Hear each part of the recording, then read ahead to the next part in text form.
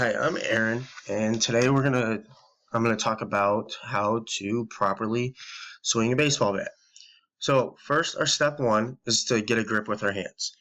And to start, we don't want to select a bat that's too heavy or too light. It'll just throw your swing off. For most ages, the requirements is a drop 3, which means that the ounces has to be 3 less than the length. So we can have a 32-inch, 29-ounce bat. We'd have a 33-inch, 30-ounce bat. Okay, as for right-handers, our left hand wants to go on the bottom with the right hand on top of the left hand. Okay, now it's going to be the opposite for lefties, and most people say that hitting lefty is more fluid and smooth and a lot easier than hitting righties. And I'm a lefty, and of course I want to agree with that. Our tips for grips. We don't want any space between our palms and fingers on the handle of the bat or between our hands. It's just going to create an awkwardness that will result in a bad swing, and our contact with the ball will not be as great. We don't want to give a death grip to the bat, which we want to be calm, relaxed, and collected, and swing nice and easy. Okay, as for our knuckles on our hands, we want to align them together in a straight line, all 8 knuckles that we can. And this just creates a tighter, straighter swings through the zone, through the strike zone, which creates a better contact playing for the ball. Now our bottom hand of the bat. Now there's a knob on the bat, and we don't want the hand around the knob. We want it to be slightly above the bat, just so that there's no awkwardness in holding the bat and just creates an uncomfortable feeling for the hitter. Choke up for speed. Most hitters, when they choke up, means that they are down in the count, which means that they have maybe no balls and 2 strikes on them, and they're pretty close to striking out.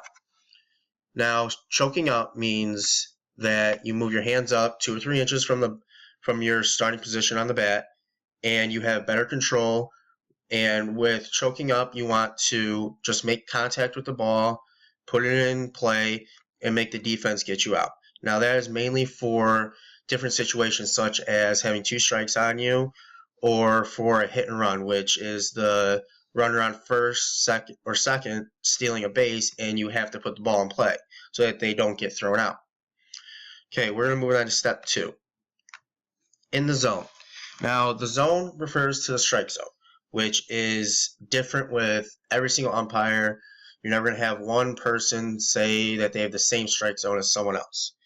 Now, we want to keep our feet a little bit wider than shoulder width apart. Now, that is mainly for balance. You don't want to be too wide because you could fall over very easily. You don't want to be too close because you just won't get the same amount of power in your swing.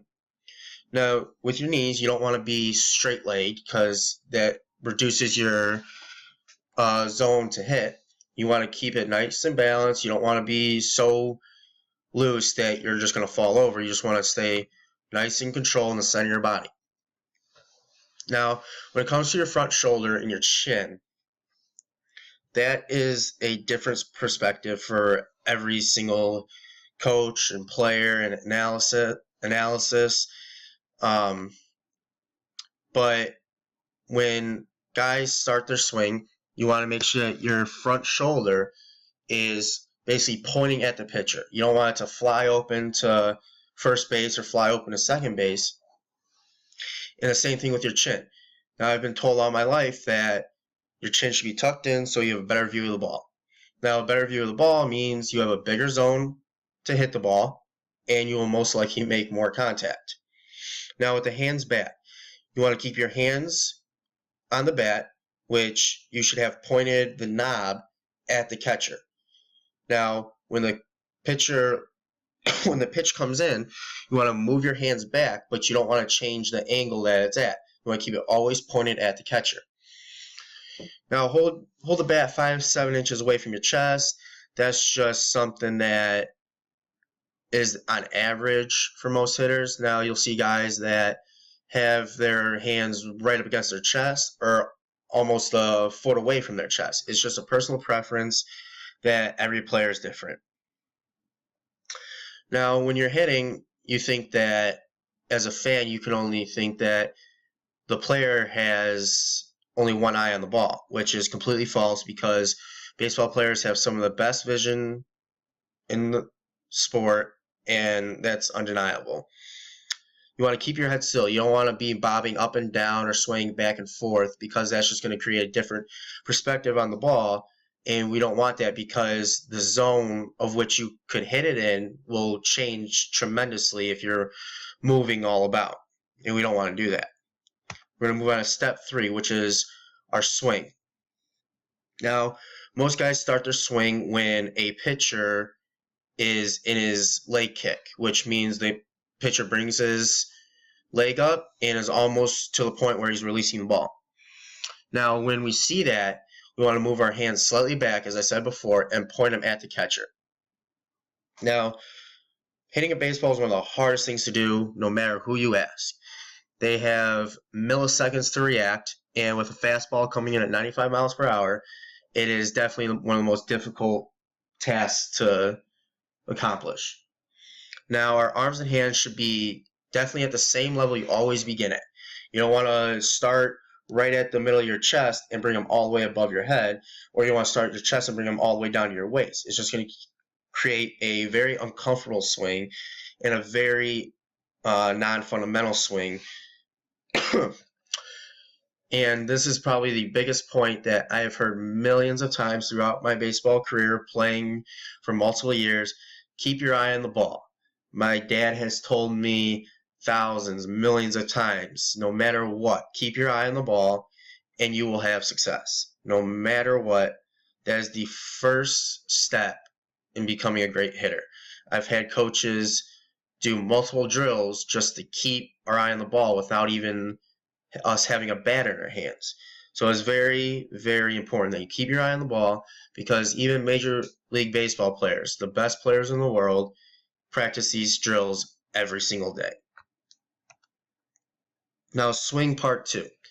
Now, for our step with our front foot, which for lefties will be our right foot, which for righties will be our left foot. We want to take a short, compact stride.